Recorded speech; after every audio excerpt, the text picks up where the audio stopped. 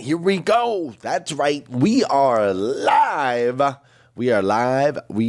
I'm having to sit at a little bit of an interesting angle this morning, coming to you live from Austin, Texas. That's right. We're in a beautiful, beautiful hotel here in Austin, Texas, and super excited to spend the day today with Alex Flores and Tustin Ulrich and just a bunch of my automotive peeps. Me and the automotive peeps are going to be hanging out today here in Austin, Texas at the Car Church Conference. That's right. You heard it here first, folks. The Car Church Conference. So I'm speaking at that a little bit later today, which I'm super excited about. With that said, on today's episode, we're launching a new series. We're launching a new series, and we're gonna run this a little bit differently this week. You'll see if you're a regular here on the show. You'll see what I mean. If you're new to the show, welcome. You won't know the difference. But we're going to run a little bit differently today. We're going to talk about a couple things over the weekend, like a dog eating a coyote, a beautiful, amazing, incredible woman digging bird's nest out of dryer vents. We're also going to talk about an incredibly improbable run. And then we're going to break down the 12 Rules for Life by Jordan Peterson. All that and more on today's episode of Hashtag Rise and Grind. Let's go. Good morning and welcome to Hashtag Rise and Grind, the number one morning show in the world filled with motivation, education, and inspiration. I am your host, Glenn Lundy, husband to one, father to eight, and the founder of the 800% Club, the club designed to help you unlock your full potential. Each episode is filled with celebrity interviews, inspiring conversations, and the strategies you need to get ahead in your career and your life. So grab your pen and turn up the volume because it's time to rise and grind. Hey, good morning. How are you, my friend? Dude, today is Monday. That's right, today is Monday, May 8th, 2023, which I love 8s, by the way. 8's my number. Today is Monday, May 8th, 2023, and I'm coming to you live from Austin, Texas, where it is officially 4:36 a.m., out here in this part of the world, and I'm super excited because I will be speaking a little bit later, about 12 hours or so. I should be speaking from the stage, and so I'm really excited for the opportunity to do that, especially at this particular event, which is an event focused on Jesus. That's right, it's an event focused on Jesus, and so I'm super excited about that in the auto industry. I know those of you that aren't in the auto industry, you might have a certain image in your mind of what the auto industry looks like, but it's much different than that. Amazing, incredible people. Hey, do me a favor over there on Facebook. You know what to do. Make sure you tag a friend. Make sure you hit the share button. Help people find the show. I would greatly appreciate it. But here we are, May 8th, 2023. And today is did I already say it's the very first and very last time it'll ever be May 8th, 2023? So we got to make sure we make the absolute most of this absolutely incredible day. Not sure if I said that before, but if I did already, I'll say it twice because it's important. It's also important that you had a great weekend. Listen, I hope you had an amazing weekend. I really do. Like over the top, incredible, powerful weekend. Like I spent some time this weekend. We spent time like out in the garden. That's right, an amazing day, Ramon. Out in the garden, my wife has put together a phenomenal garden out here. She does not mess around, as you can see. For those of you watching the full production, I mean, she's got fences up and she's planting all her seeds. She had the ground all tilled up and tractors, and I mean, not messing around whatsoever. So we spent some time out there in the garden. It was awesome. The kids just climbing all over, just loving it, just out there barefoot, walking around in the dirt, in the mud, in the stuff. Right? I love that. They were swimming in the pond this weekend as well, which I think is great. This is probably part of the reason my family's been able to stay super healthy over the last few years is they ingest a lot of bugs and things like that. That's my guess. That's probably a big part of it. So we spent a lot of time out there in the garden, which was great.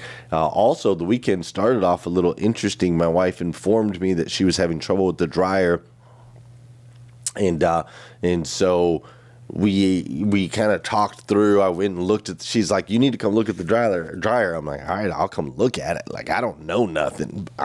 I am not a handyman in any way, shape, or form. Don't claim to be, never will claim to be. It's not my jam. It's not how God made me.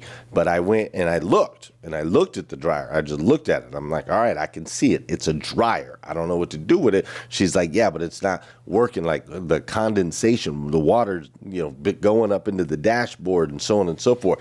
And I was like, well, and it hit me that I'd seen some birds flying out around our bathroom window where the vent comes out for the dryer thing. I'm like, I wonder what's going on there. And so we go around and we look outside, and the cover has come off of that vent, right? And I'm like, I bet you there's some stuff up in there. And my wife's like, okay, great.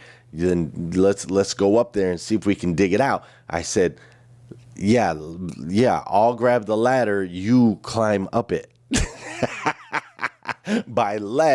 How about let's let the lady who likes to get her hands dirty, that is 8 years younger than me, let's let her go up the ladder, and I'll hold it down here on the bottom. And that's exactly what happened. Yeah, it's got nothing to do with height, Sankey. It's got a lot to do with manual labor, bro. Like I don't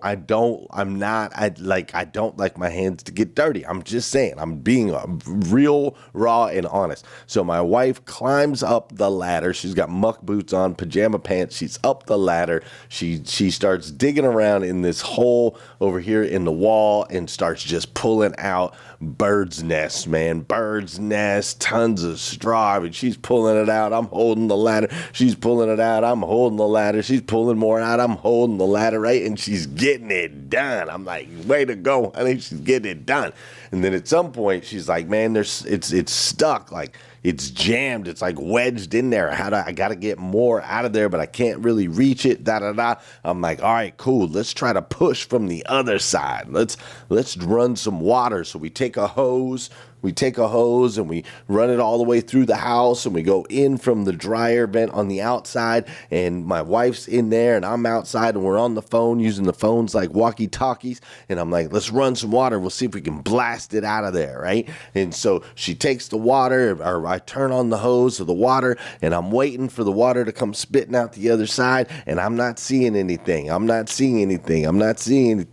honey, I'm not. She's like, I hear it gurgling. Water's going down in there. I'm like, okay, the water's going down in there, but it's not coming out the other side. So it's got to be going somewhere, right? So I turn the water off. We go down into the basement. It's raining in the basement. See, this is why I'm not a handyman, right? It's raining in the basement, so the water pressure wasn't enough. It's not pushing through this bird's nest type stuff. It's a water's just like, it's literally raining across this whole pipe down in the basement. I'm like, okay, all right. So my wife's like, let me get a shop vac. I'm gonna get a shop vac, and we're gonna suck that stuff out of there. I'm like, cool. So I hold the ladder. She goes back up the ladder with a shop vac. She's like sticking the shop back in there, trying to get all that figured out and so on and so forth. She's standing on like top of the chicken coop, 1 foot on the ladder. She's trying to reach into the thing. And that's when I realized, I was like, all right, I should probably go up there and help her. I should probably help her.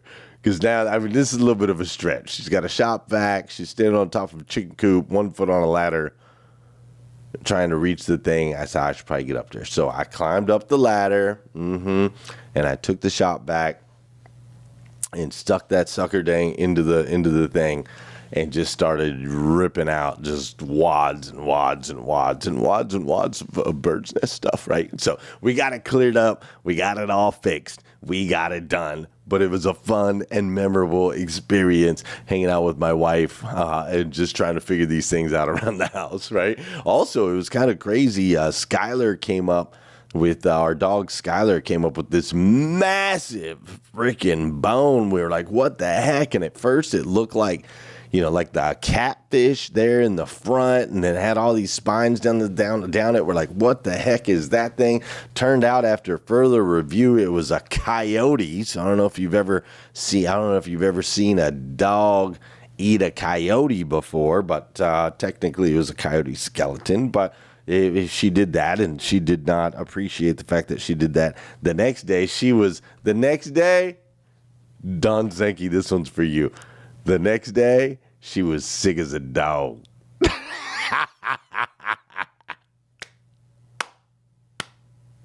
No, for real, she really was. She was sick as a dog. Then we spent some time getting some ice cream this weekend at the Rock. Joel had soccer. My wife even did. There was a crazy storm, so my wife did like a children's Bible study at the house yesterday morning, which was super cool. And on top of it all, man, yesterday I ran 8.55 miles in one session. 8.55 miles. Like, took right at like an hour and a half. Like, it's crazy, man. That's still so hard for me to believe. Like, don't get me wrong, it's not even a third of the way to the marathon that I'm going to run, the 26 miles that I'm going to run. It's not even a third of the way to that. But for me, it was a huge win, right? Like, it showed me in real time how consistent discipline compounded daily equals transformation. I mean, I couldn't run. I guess it would just be 5 weeks ago. I couldn't run more than 3 miles. Yeah, more than 5. 5 weeks ago, I had never in my life ran more than 3 miles.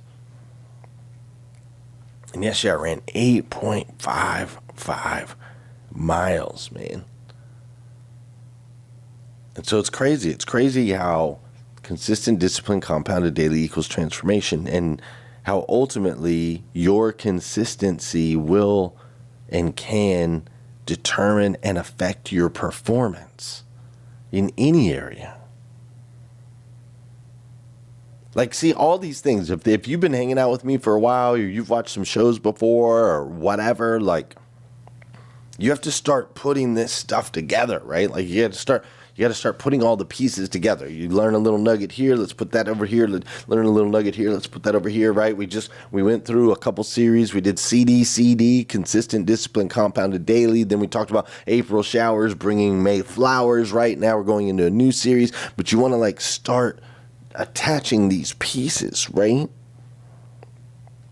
And in time, when you start putting the pieces together, then you'll start to see patterns, right? And these patterns of success, they start to layer kind of one on top of another, right? It's fascinating. And, one guy who has really started to unlock some patterns in his life and in the life of others is a guy named Jordan Peterson. And he's got a book called 12 Rules for Life. This is our recommended book of the month for everyone who's got a hashtag Rising Grind planner. The book of the month is 12 Rules for Life. And if you don't know who Jordan Peterson is, I'm going to let my friend introduce him to you real quick. Jordan Peterson is a Canadian clinical psychologist, cultural critic, and professor of psychology at the University of Toronto. He gained widespread attention in 2016 for his criticism of Canadian legislation mandating the use of gender-neutral pronouns, which he argued was an infringement on free speech. He has since become a controversial figure for his views on various topics such as political correctness, identity politics, and religion. Peterson has authored several books, including 12 Rules for Life and Antidote to Chaos, which became a bestseller. He has also been a frequent public speaker and commentator, often appearing in media interviews and debates. Peterson has faced criticism from some quarters for his views, which some see as controversial and at times harmful, while others praise him for his emphasis on individual responsibility and self-improvement. That right there is my friend, the automotive AI guy. That's right, the automotive AI guy. He's a friend of mine. He's got a new Instagram channel and TikTok channel. The automotive AI guy. He's got both those. He just launched those channels recently, and he's giving people in automotive all the information that they need to keep up with the technological advancements and evolution of artificial intelligence and how it's going to affect the world of sales, the world of automotive, really that space. So the automotive AI guy, if you'd like to follow him, you can do so over on Instagram or over on TikTok. But that, in a nutshell, is Jordan Peterson. And he's a little controversial in some ways, but at the same time, I think the dude's super powerful. And we can learn so much when we listen to people like Jordan Peterson. We either learn more about ourselves and are more convicted, or our eyes are open to new ways of thinking and new experiences. So I'm super excited to spend this month really reading the book, but this week breaking down Jordan Peterson 12 Rules for Life. Before we go too much further, though, you know what we got to do on this show? We got to do some dancing. I hope that's loud enough for the Clubhouse peeps. Doesn't sound very loud in my headphones. I can probably turn it up a little bit. Do it like this. There you go, there you go, there you go. For those of you that know, and those of you that don't know, this is the part of the show.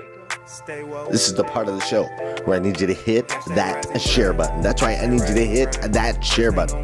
Because I believe if we can change the way people start their day, it'll make a massive impact on this planet. I truly believe that. And sometimes all it takes to change the way you start your day is for you to hit that share button. This is also the part of the show where I want to say good morning to you, and I want you to say good morning to me. Whether you're watching live or you're watching replay, say what's up. I'll say what's up back. How you doing, Angeline? What's up, Scott Simons? I see you, Dora Maria. I see Christina Howard in the building. Pastor Jeff is up in here. Aday and Renee and Liza. That's a powerful row right there on Clubhouse. TM in the building. Stars Tina. What's up, Justin, Marilyn, Kate, and Ramon, the squad. I also see Kevin Fadley, Melvin Rodriguez. I see my boy Billy Sherm in the building. What's up, Billy? I see Darrell. I keep saying Darrell. Daryl Walker. What's up, Daryl? Russell Hill. That's right, Car Church. Angela Heath. Great to see you. Robin Wilshans is in the building. Michael Barrick and Young Johnson are up in here. Cheryl Brody. What's up, Cheryl Brody? AJ Anderson, Tom Popelka. Emily Galler is in the building. Rick Tamburino. Thank you. I appreciate that, sir. Tom Popelka is up in here. Gail B. Craft, Jacqueline Underwood, Marilyn Wilkin, and Uzman Salih Ahmad. I'm so glad you're here. Tony Thorstad, Gail B. Craft. Thanks for joining us. I also see Josh and Tina and Mel and Jennifer, Janine and David. Good morning to all of you. Cass, good morning. Patricia, I'm glad you're here. Miranda, good morning. What's up, Terry and Tony? Hamid, great to see you this morning. Lydia and Gloria and Gary and Amy. All y'all folks up in here. Brian Leday, Josh O, and Bella Rigby. All up in the building. Hey, ladies and gentlemen, Thanks for joining me. I really appreciate you. Make sure you drop a comment, say good morning. If you're watching on replay, let's connect, man. The connections are where it's at. So let's connect. You can listen in, but it's even better if you can reach out, right? Reach out, say what's up, and let's build a relationship. Does that sound fair? All right, cool. We're going to dive in the 12 rules for life. Incredible book, Jordan Peterson. Check it out.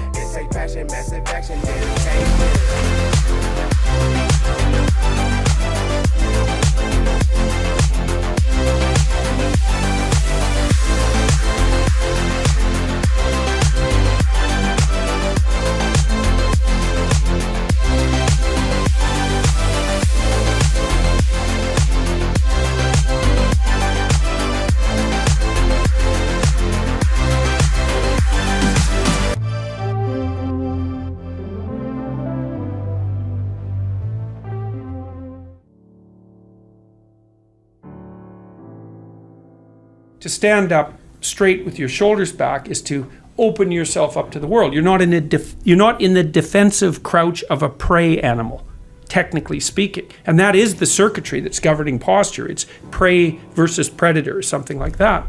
And to stand up like that is to expose yourself to the world, but in a bring it on sort of manner. Not precisely combative, but let's say courageous. And your posture announces that. And it doesn't just announce that to other people. It announces that to yourself. And it can be one of those things that can start a virtuous cycle occurring, which is partly why it's taught in the military. You get these guys that come in, they're all slumped over, they don't know how to stand up, they're looking at their feet, their necks are bent. Like, even if they're good-looking men, they don't look good because they're all crunched over. You see people like this on the street all the time. They could be perfectly attractive, except they're completely huddled in. They need to stand up and stretch themselves out. And then they can breathe too. And that's a competent stance. One of the things that the critics of the modern West don't understand about hierarchies is that, first of all, they're everywhere. They're inevitable. If you're going to have a distinction of value between things, you have a hierarchy. And if you don't want to get rid of the distinction of values between things, because then you don't have anything to do. That's foolish. You can't live that way. So I say, well, the hierarchies are based on power. It's like, no, they're not. They're based on competence. And there isn't anything more powerful than competence. But power isn't tyranny. It's not brutality. It's not threat. It might be the hint of all those things.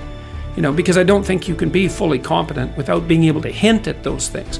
But hierarchies in the West are fundamentally based on competence. It doesn't mean they're not flawed, because we miss the mark lots. And there's lots of reasons why perfectly competent people don't attain the position that they deserve and that they should have for their benefit and everyone else's.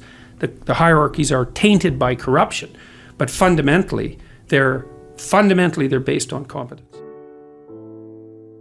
So like if a lobster gets defeated in a fight, then he's statistically more likely to lose the next fight than you would guess from a tally of his previous victories. So that's the first thing.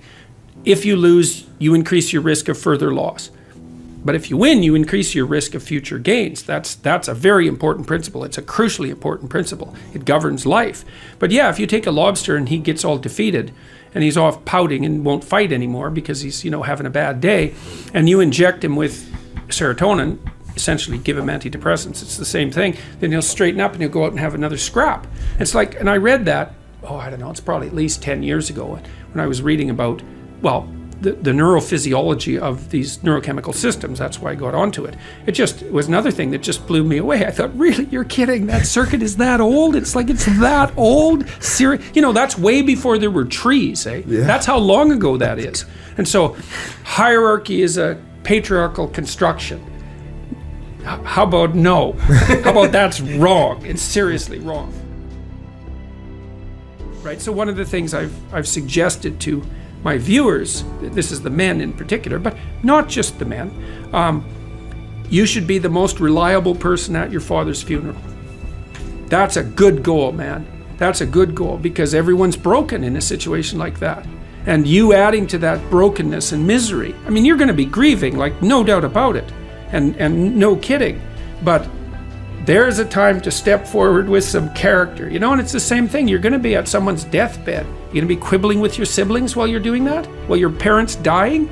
It's like, it's bad enough that they're dying. That's tragedy, right?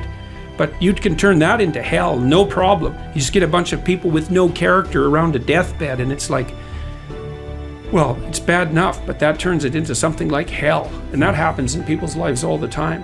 It's like, character is everything. So, and that's why the wise people of our past tradition insisted upon that. They say, well, don't lie. Well, why not? Well, it destroys your character. Well, so what? Well, then you turn suffering into hell. Is that what you want? Maybe, because people will want that. But I would say, walk away from people like that, right? I think we could think about that also in terms of the conversation about meaning that we started to have. It's like, if you win all the time, that's meaningless. Because, and you think, why? Because you want to win. It's like, yeah, fair enough.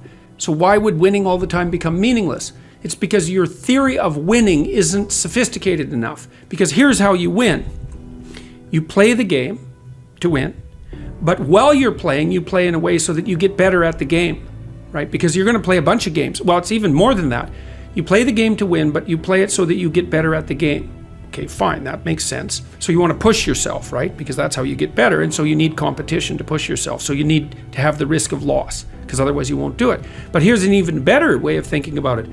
You play the game so that you don't only get better at that game, but you get better at the entire set of possible games. And that's what you do when you're a good sport. It's like, well, so how do you do that? Well, partly you find the proper level of competition, right? So you want to be pushed so that you will make the effort necessary to remove what's useless about yourself and to help foster the growth of what's useful. And if you do that, then you get the joy of participating in the game towards victory, but the extra joy of building yourself more and more strongly at the same time. And so when you tell your kid, doesn't matter whether you win or lose, it's how you play the game. Your kid says, what do you mean by that? And you say, I don't know. I don't know what I mean by that. Because the kid says, I'm supposed to win, aren't I? It's like, well, yeah. So why does it matter how I play the game? It's like, well, then you're stumped. Even though you're right, you just don't know why. Right. But the reason is you want to tell here's the reason. It's like, we can make this very simple. Life is not a game. It's a series of games. It's actually a series of diverse games. Okay, so who's the winner of the series of diverse games? Because that's the real question, right? Not who wins a game. It's like, whatever, you win a game. It's like, if I hold a gun to your head and we're playing chess, I can say lose. Yeah. It's like, I win. It's like, well, that's not helpful, obviously. So you want to teach your kid, you want to help your kid learn to be the winner of the set of diverse games. Okay, so what does that winner look like? Well, here's the first clue.